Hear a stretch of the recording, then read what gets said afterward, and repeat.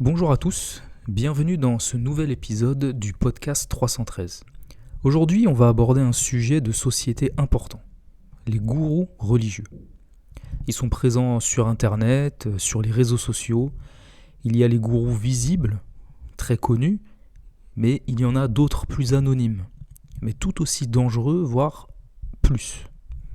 Vous avez peut-être vu passer sur Internet cette personne qui se dit être le petit-fils de l'imam Mahdi, un certain Abdullah Hashim, ou Abba Sadiq. Bonnet noir sur la tête, barbe taillée.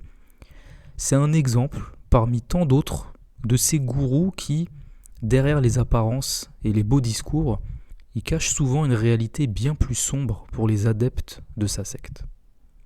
Sous couvert de guider vers le paradis, ils font vivre l'enfer sur terre à ceux qui les suivent. On va voir ensemble aujourd'hui qui sont ces gourous, comment les reconnaître et surtout comment s'en protéger.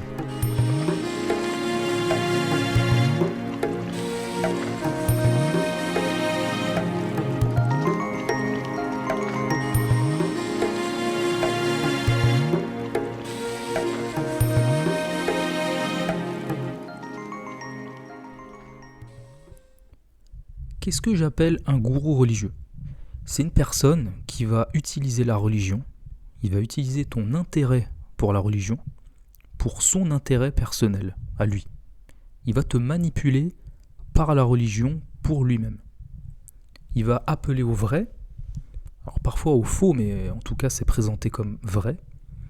Il va t'appeler au vrai pour satisfaire ses besoins personnels. Il va détourner les textes à son avantage pour te forcer à lui obéir. Il va amener comme ça un argument religieux qui va fonder son autorité. Il va former un groupe d'adeptes, ça peut être quelques personnes, voire même plusieurs milliers pour les gros gourous, et il va les isoler, au moins mentalement, et parfois physiquement même. Il va les isoler pour dominer complètement leur vie. Et eux, ils vont l'accepter parce qu'ils vont penser qu'être avec lui, c'est une forme de guider. Les besoins du gourou, ils sont matériels, ils sont purement égoïstes. C'est tout le contraire d'une personne qui est réellement religieuse. Parce que de manière générale, l'action des hommes, qui constitue l'écrasante majorité des gourous, l'action des hommes, elle est motivée par la recherche de trois choses. Le pouvoir, les biens, l'argent, et les femmes. Et Allah, dans le Coran, il décrit cet intérêt pour tout ça dans la sourate Al-Imran.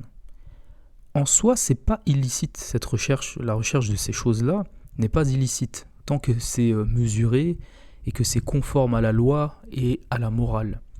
Mais le souci avec le gourou, c'est que lui, il va utiliser la religion pour obtenir tout ça, mais que souvent ça dépasse la mesure, ça dépasse la légalité et ça dépasse la morale. D'où les histoires de victimes qu'on entend, des histoires tragiques, des victimes de ces gourous qui vraiment prennent le pouvoir sur les gens et leur prennent toute leur vie. Dans cet épisode, on va parler des gourous religieux dans l'islam, mais malheureusement, ce phénomène, on le retrouve dans toutes les religions et même en dehors des religions. Malheureusement, les gourous, ce n'est pas quelque chose de nouveau. Tout au long de l'histoire de l'islam, on a eu ces gens qui se sont prétendus tantôt aux prophètes, tantôt au Mahdi ou saints, pour pouvoir profiter des gens et accéder au pouvoir. À l'époque même du prophète Mohammed, sallallahu alayhi wa ali, on avait Moussaïlima el-Kadhab, qui se prétendait prophète, rival de notre prophète. Il y a eu aussi beaucoup de faux Mahdi au cours de l'histoire. Par exemple, vous avez Ibn Tomart, le fondateur de la dynastie des Almohades dans le Maroc actuel, qui s'était prétendu Mahdi, ou encore plus récemment au XIXe siècle au Soudan. Donc on a pas mal d'exemples de faux Mahdi dans l'histoire. Parce que se proclamer Mahdi, souvent ça a créé un engouement énorme. Parce que les gens pensent qu'en suivant cette personne qu'ils pensent être le Mahdi, ils pensent qu'ils vivent la fin des temps. Et donc ils suivent cette personne en se croyant être sauvés. Après, tous les gourous ne se proclament pas tous Mahdi. Sinon, ce serait très facile de les démasquer aujourd'hui. Ce qui est nouveau à notre époque, c'est l'émergence d'Internet et des réseaux sociaux qui a fait vraiment exploser l'audience et la portée de ces gourous. Alors, je l'ai dit en introduction, il y a les gros, entre guillemets, comme Sir Abdullah Hashim, dont j'ai parlé tout à l'heure, mais il y a aussi les petits, discrets. Ils vont se créer un petit groupe d'adeptes très fermé. On ne les connaît pas, ni eux, ni leurs victimes. On peut se demander pourquoi les gens tombent dans les griffes d'un gourou. Souvent, il va imposer son autorité par un charisme, une certaine éloquence.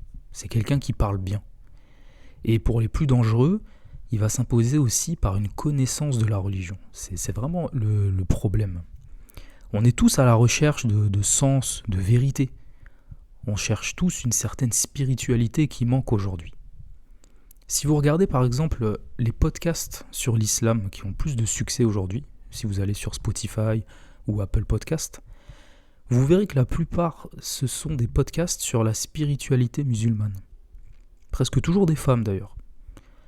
On voit que les gens essayent de sortir, ils veulent sortir de cet islam dur, cet islam wahhabite, dur, brut, qui a vraiment dégoûté beaucoup de gens. Et les gens cherchent à matérialiser la guidée aujourd'hui, à travers un exemple, donc une personne, un exemple concret devant eux, un maître spirituel si vous voulez, comme diraient les soufis. Et donc il arrive malheureusement qu'ils tombent sur ces gourous. Une fois que la personne a rencontré le gourou, l'endoctrinement il va se faire de manière progressive, à travers tout un tas de mécanismes de séduction, d'affirmation de son autorité, basés soi-disant sur les textes. Et ça va créer une dépendance auprès des adeptes, et ça va les retenir. Et le gourou il fait aussi circuler des anecdotes sur sa piété, parfois même ses prodiges. Et ensuite les adeptes ils vont relayer d'eux-mêmes ces récits, et ça va contribuer à fonder sa légitimité. Lui ou ses adeptes, ça dépend aussi du degré de proximité avec lui, ils commencent souvent une relation en étant très aimables. Alors j'ai essayé de définir ce que j'appelle un gourou religieux. Maintenant on va voir comment les reconnaître.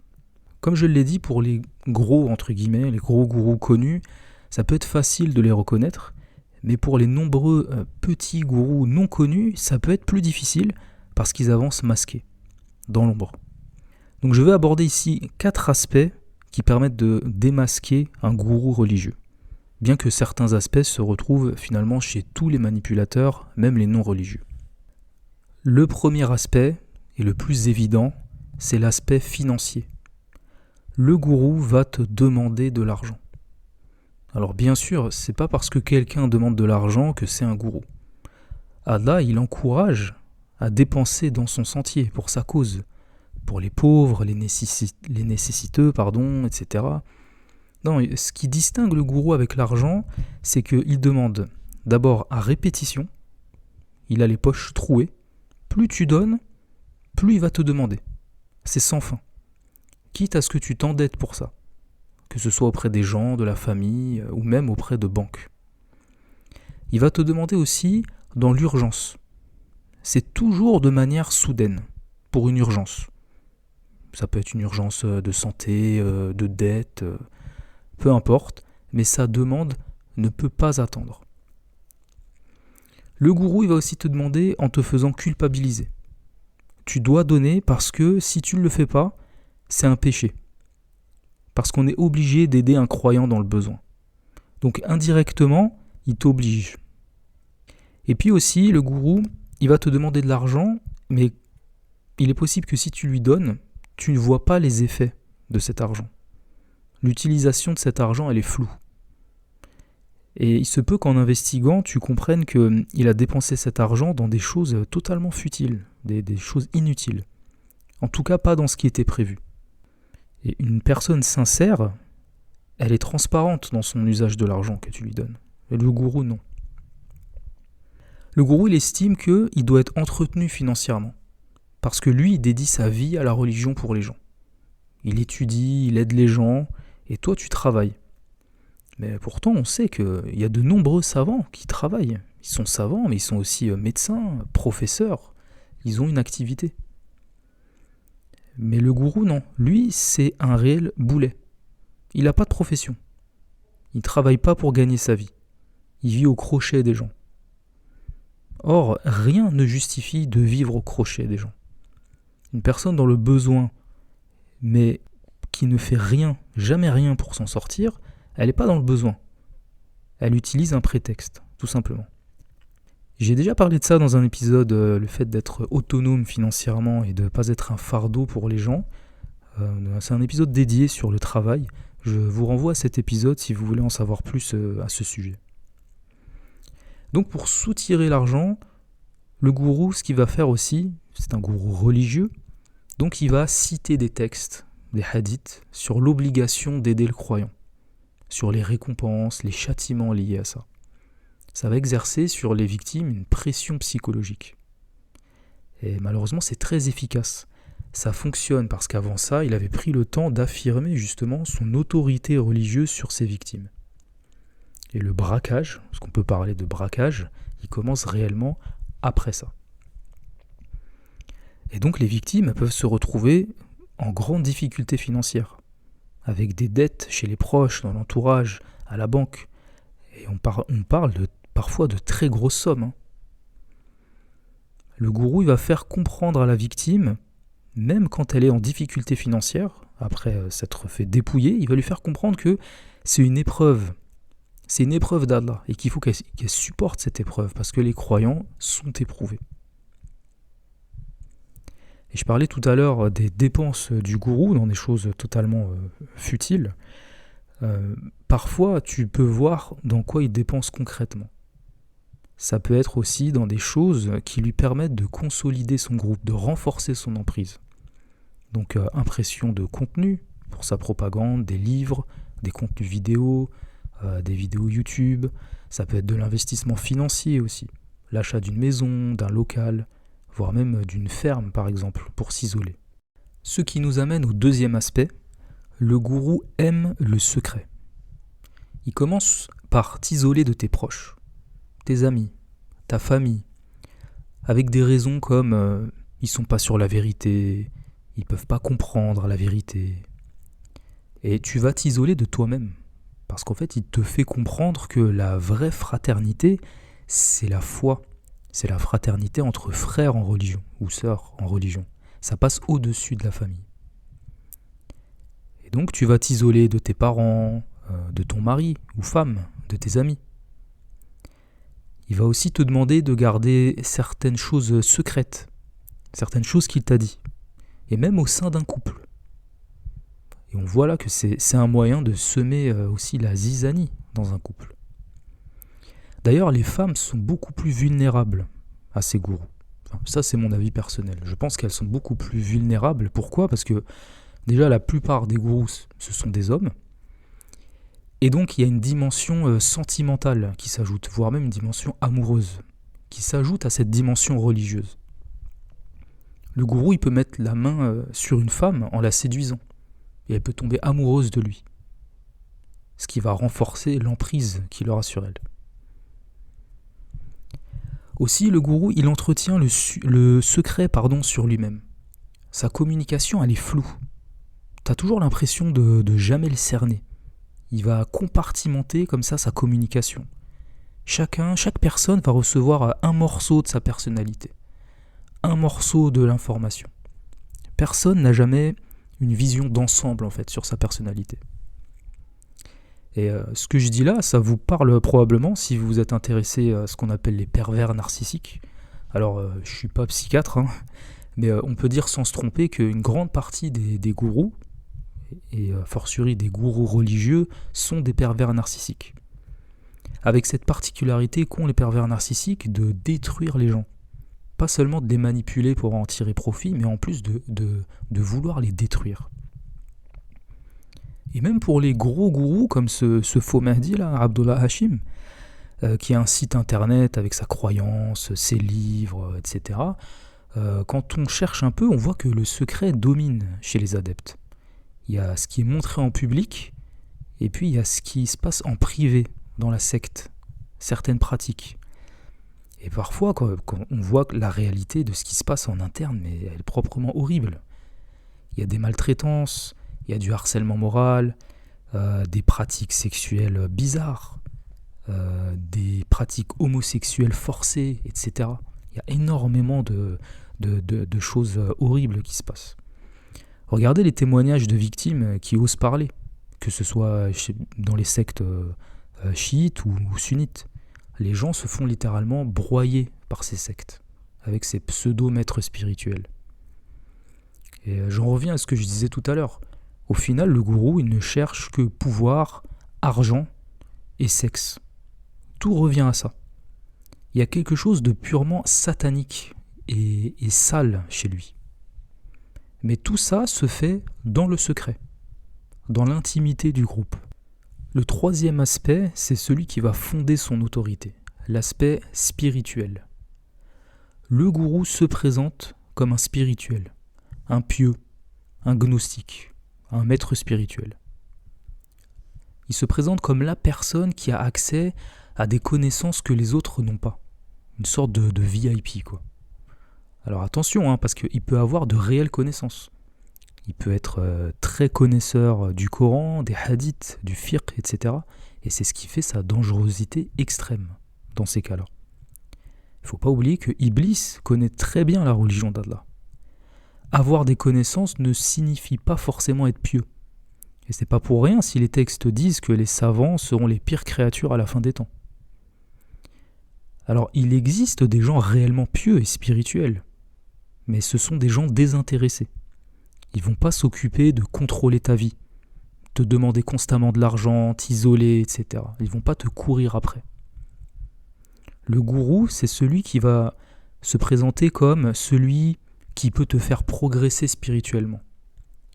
Il se présente comme une porte entre toi et Allah.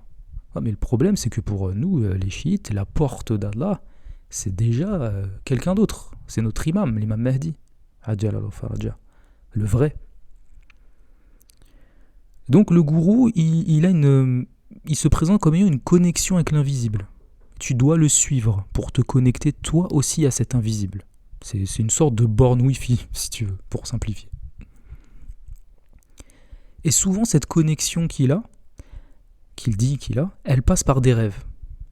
Il va te dire qu'il a rêvé de toi, il t'a vu de telle manière, ou il a vu le prophète, sallallahu alayhi wa ali, les Ahlul Bayt, qui lui ont dit telle chose, ou qui lui ont dit de te dire telle chose, etc. Et donc forcément, tu dois le faire. C'est un problème qu'on retrouve beaucoup chez les soufis, dans les tariqas soufis, mais pas que. En général, les rêves et prodiges, ils servent souvent de base de croyance. Ils fondent la légitimité du cheikh. Or, il faut savoir que les rêves, dans l'écrasante majorité des cas, ils ne concernent que celui qui les fait. Ils ne peuvent pas fonder l'autorité de quelqu'un sur les autres. D'ailleurs, la plupart des rêves n'ont aucune signification. C'est ce qu'on appelle adrath ou ahlam dans les hadiths, des amas de rêves, des rêves qui veulent rien dire, un mélange de ce qu'on a vu dans la journée, de ce qu'on a entendu, de nos préoccupations, de nos peurs, du film qu'on a regardé. La plupart des rêves, c'est ça. Le gourou, il va parler aussi de manière à montrer qu'il en sait beaucoup plus que ce qu'il ne dit. Avec des expressions du genre « je ne peux pas tout dire »,« je ne peux pas le dire maintenant », etc. Ici, ça rejoint l'aspect secret dont je parlais tout à l'heure. Et enfin, le quatrième et dernier aspect qui caractérise le gourou religieux, c'est l'aspect eschatologique.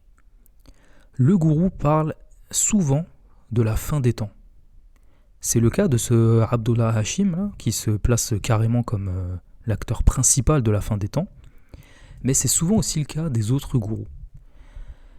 On va te dire que la fin des temps, elle est proche.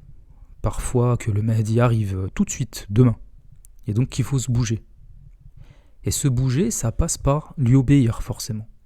Donc lui donner ton argent, tes biens, ta vie. On revient à cette urgence dont je parlais tout à l'heure. Mais cette fois, le gourou il va jouer sur l'urgence de l'époque. Et ça marche bien parce que les gens croient. Les gens, on a une bonne volonté.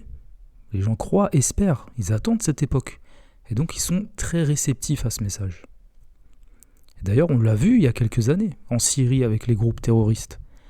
On a eu des milliers de personnes parfois très jeunes, qui sont partis en Syrie pour vivre dans un soi-disant califat, embrigadés sur les réseaux sociaux. Ces gens-là, beaucoup de ceux qui partaient, ils pensaient vivre la fin des temps. Et au final, ils ont trouvé quoi? Ils ont trouvé la fin de leur vie. On pourrait croire que les sunnites, ils sont plus vulnérables aux gourous. Parce que dans le sunnisme, il n'y a pas d'autorité politique ou spirituelle clairement établie. Concrètement, n'importe qui peut se proclamer calife. C'est la loi du plus fort. On a vu, les Ottomans califes, ils ont pris le pouvoir, les Abbassides ont exterminé les Omeyyades. C'est la loi du plus fort. Donc n'importe qui peut se proclamer calife, ou même cheikh, ou même saint. Mais chez les chiites, on a une autorité qui est clairement définie, c'est l'imam. Mais malgré tout, on trouve quand même tout un tas de gourous qui vont se proclamer imam, ou mahdi, ou intermédiaire du mahdi, ou yéméni. Les gourous chiites, ils tournent autour de la promesse du mahdi, alayhi salam. Parce qu'on est dans l'époque de l'occultation. Et il y a une sorte de confusion. Ils vont s'immiscer entre les hadiths, comme des petits parasites. Tiens, ici, il y a un hadith qui parle de 12 Mahdis qui vont venir après le Mahdi. Le gourou fait partie de ces 12 Mahdis. Et c'est tout le drame de l'occultation. En fait, les gourous, les gens, ne cessent de chercher à s'interposer entre les croyants et leur imam. Ils ne cessent de vouloir jouer les intermédiaires. Et ici, je précise bien, je ne parle pas de références juridiques, comme un marjiyah par exemple, que tu vas suivre dans ses avis juridiques. Non, ici je parle de références spirituelles. Je parle véritablement de gourous qui cherchent à s'accaparer les croyants. Alors maintenant qu'on a vu comment reconnaître un gourou, on va voir comment s'en protéger. Parce qu'on peut se dire que c'est facile de ne pas tomber dedans. Mais il y a pourtant beaucoup de gens qui les suivent. Et ce ne sont pas que des gens bêtes. Donc je vais ici donner 6 conseils qui aideront à ne pas tomber dans les griffes d'un gourou.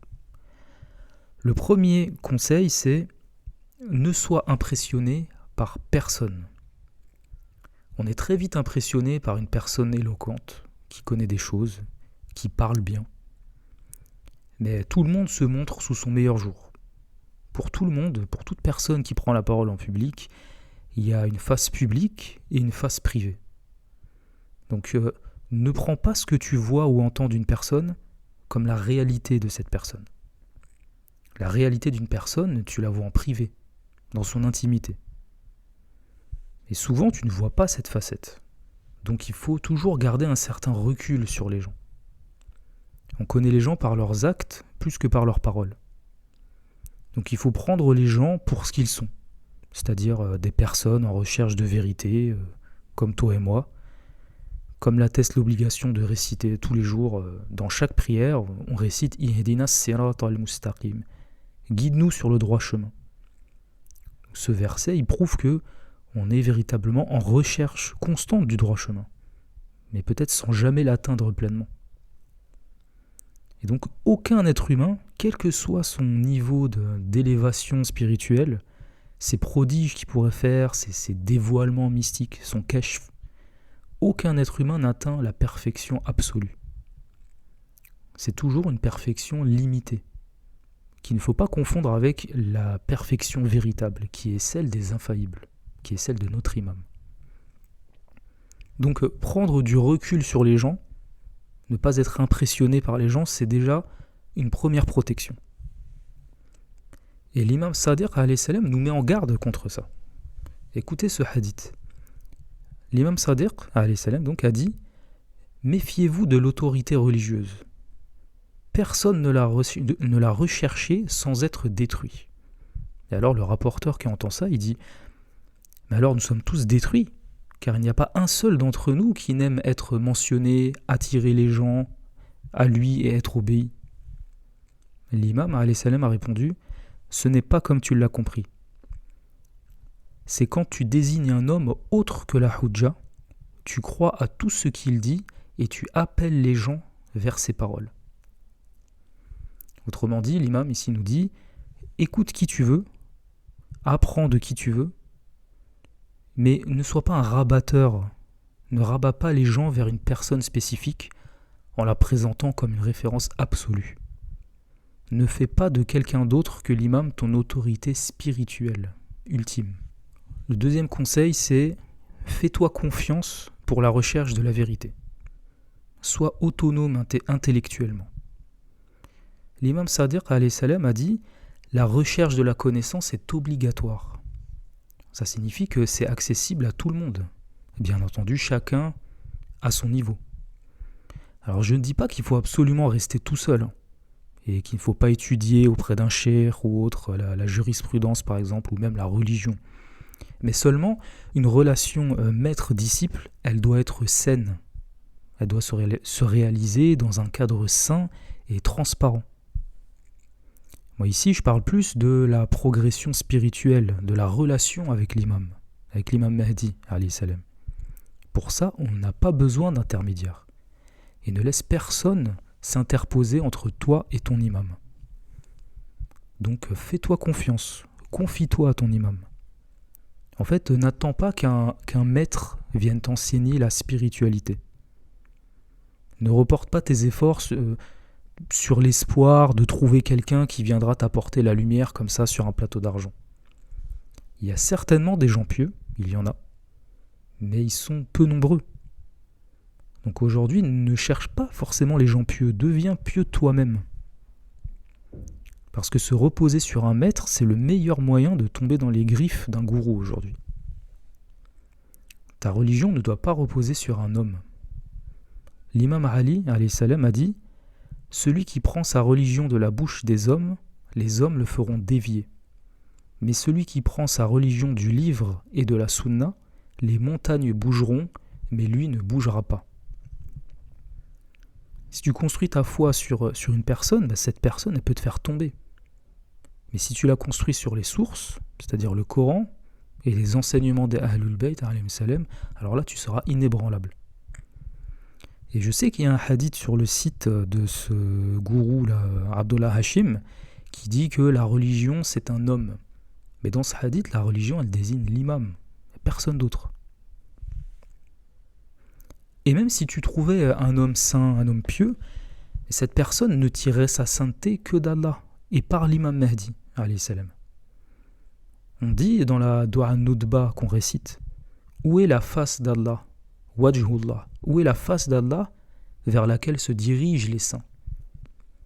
Vers laquelle se dirigent les saints. Donc pourquoi s'occuper d'un serviteur si tu peux directement te tourner vers le maître? Le troisième conseil que je peux donner, c'est de garder toujours les rênes de ta vie. Tu peux demander conseil à qui tu veux sur les choix que tu veux faire dans ta vie, études, travail, mariage ou autre. Mais ne laisse personne prendre les décisions à ta place. À la fin, la décision te revient toujours. Et surtout, ne prends jamais de décision importante sous la pression ou dans l'urgence. Si quelqu'un dit il faut décider maintenant, c'est maintenant ou jamais, ou alors tu vas rater une opportunité spirituelle unique, en fait c'est juste le moment de prendre du recul. La vraie guidance, elle laisse toujours le temps de la réflexion. Allah, il nous appelle à méditer, pas à nous précipiter. En fait, il faut se dire, si c'est vraiment bon pour moi, ce le sera encore dans une semaine ou dans un mois. La précipitation, elle vient de Shaitan, et la réflexion, elle vient d'Allah.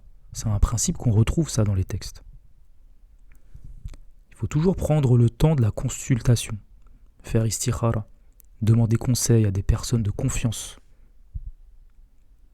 Et pour garder les rênes de ta vie, il faut aussi se protéger, faire attention à qui on se livre, à qui on raconte notre vie et surtout nos problèmes.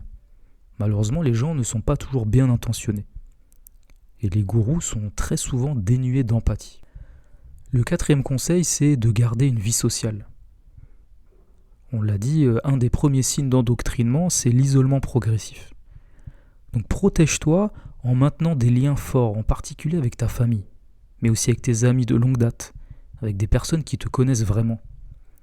Parce que ces personnes-là, elles te connaissent depuis longtemps, donc elles peuvent voir les changements en toi, elles peuvent te mettre en garde. Si quelqu'un commence à te dire mais tes parents te comprennent pas, ou tes amis te tirent vers le bas, tu dois t'éloigner d'eux. Faut faire attention à ça. Ça, c'est des signaux de quelqu'un qui va essayer de t'endoctriner. Et les Ahlul Bayt, alayhimus salam, n'ont jamais appelé à couper les liens familiaux. Au contraire, ils insistent sur le maintien des liens de parenté.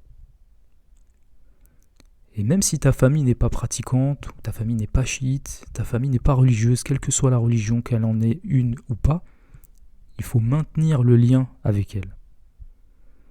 Et cette vie sociale saine et diversifiée, c'est une protection. Le 5e conseil, c'est de s'éduquer sur les mécanismes de manipulation. Comprendre comment fonctionne la manipulation psychologique, c'est déjà une protection. Il y a des techniques classiques que j'ai déjà évoquées, que tous les gourous utilisent. Le fait de submerger d'attention et d'affection au début, le fait de faire douter de ton propre jugement, ou alors te faire croire que t'es fou, que tu as tort quand tu questionnes. Il y a aussi cette alternance punition-récompense, être froid puis chaleureux pour créer une dépendance émotionnelle. Ces techniques-là, elles ne sont pas spécifiques à la religion. On les retrouve dans toutes les sectes, même les sectes non religieuses. Il y a beaucoup de livres, de vidéos, de ressources sur les mécanismes sectaires. Il faut se renseigner, parce que plus tu comprends ces mécanismes, plus tu pourras les repérer quand quelqu'un commence à les utiliser sur toi. Et ça permet aussi d'aider d'autres personnes qui pourraient être en danger. Et enfin, le 6e conseil, c'est connais les signes de la venue de l'imam Mahdi, alayhi salam. Connaître le minimum peut aider à ne pas tomber dans les pièges de certains gourous. Le principal signe à surveiller, et le plus grand signe à venir, c'est la venue du Soufiani. Le Soufiani, c'est un descendant des Beni Omeya, qui sortira en Syrie, dans les environs de Damas, et qui va régner sur toute cette région. Mais déjà simplement, quand tu lis les textes sur les Ahlul Bayt, sur l'imam Mahdi, sa grandeur, sa lumière qui va illuminer le monde, au point que les gens n'auront même plus besoin du soleil. Pose-toi simplement la question, est-ce que cet imam a besoin d'un site internet ? Est-ce qu'il va écrire des livres ou se vanter de récompenses obtenues dans des salons du livre bidon que personne connaît, comme Sir Abdullah Hashim par exemple, qui a soi-disant écrit un livre récompensé dans un salon italien que personne connaît. Est-ce que tu vois ton imam faire des lives, des interviews ? Ces simples constats, ils montrent à quel point ces gourous sont ridicules en fait, et à quel point ils méprisent et surtout rabaissent la réalité de la religion. L'imam Mahdi, alayhi salam, il va venir avec un nouveau paradigme, des nouvelles lois physiques, des nouvelles lois naturelles, des nouveaux moyens de communication. Bref, il va façonner un nouveau monde. Et sa venue, elle sera évidente pour tous. Le monde entier sera au courant, et de manière éclatante. Donc voilà, j'ai essayé de vous donner 6 conseils concrets pour vous protéger. Ces conseils sont complémentaires aux signes de reconnaissance des gourous qu'on a vus plus tôt. Mais le plus important, c'est de rester vigilant, mais sans devenir paranoïaque. Parce qu'il y a des gens sincères et bienveillants. Il ne faut pas fermer son cœur non plus à tout le monde. Mais il faut toujours garder un esprit critique actif. Et surtout quand il s'agit de religion. Et pour finir, je voudrais m'adresser à ceux qui sont déjà tombés dans ce genre de secte. Il est important de pouvoir se relever après ça. Même si évidemment, ce n'est vraiment pas facile. Parce qu'on a parfois des pans entiers de sa vie à reconstruire. La première chose que je voudrais dire, c'est qu'il ne faut pas culpabiliser. On peut se sentir humilié d'être tombé dans une secte, surtout vis-à-vis de l'entourage. Mais on ne tombe pas dans une secte parce qu'on est bête. Il y a peut-être un peu de naïveté, effectivement, de crédulité en tout cas, mais il y a surtout de la vulnérabilité, de l'ignorance et de la sincérité. Parce qu'une personne égoïste et radine, une pince, forcément, elle ne tombera jamais dans aucune secte, ça c'est sûr. Non, ce sont souvent les gens de sacrifice qui tombent dedans, par réelle intention de progresser dans la religion. C'est une sincérité réelle, mais qui est détournée par ces gourous. Et donc il ne faut pas se flageller. Il faut se souvenir que les bonnes actions réalisées, Inch'Allah, elles seront acceptées. La deuxième chose que je voulais dire, c'est que quand on réussit à sortir de ces sectes, on peut être parfois dégoûté de la religion. Parce qu'on a identifié la religion à la secte, on l'a identifié au gourou. Un peu comme une femme, si vous voulez, qui serait obligée par son mari à porter une tenue vestimentaire particulière, à porter le niqab ou à porter le hijab, tout simplement, ou d'autres choses. Le jour où cette femme n'est plus avec cet homme, elle va tout enlever, parce qu'elle a été obligée. En fait, on est des ressorts. Plus on nous presse, plus on nous écrase, et plus on part loin quand on part. Donc il est vraiment important de distinguer le gourou de la religion. Et cette distinction, elle se réalise par un travail de recherche. Il faut se réapproprier la religion, la redécouvrir avec nos propres yeux, pour changer la fausse image qu'on s'en est faite, et effacer celle que le gourou nous a imprimée dans la tête. Évidemment, tout ça prend du temps, et en tout cas pour ceux qui sont dans ce cas, ou qui l'ont déjà été, je vous souhaite qu'Allah vous aide et vous apaise.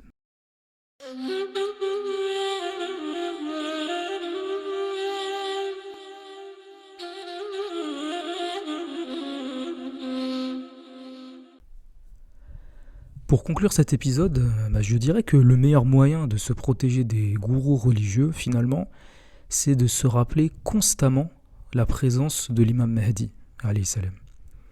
L'imam est présent, il est notre guide. Le lien avec l'imam est réel et accessible, comme en témoigne l'imam Sajjad, alayhi salam, qui s'adresse à Abu Khalid al-Kabouli. Il lui a dit « Ô Abu Khalid, les gens de l'époque de son occultation, qui croient en son imama et attendent son apparition, sont meilleurs que les gens de toute époque.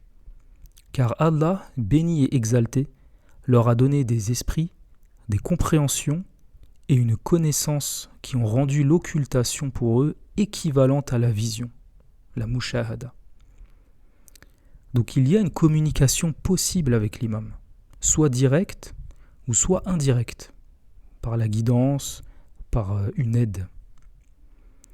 Et donc la meilleure protection contre ces gourous, c'est la connaissance de notre religion, des enseignements des Ahlul Bayt, alayhim salam.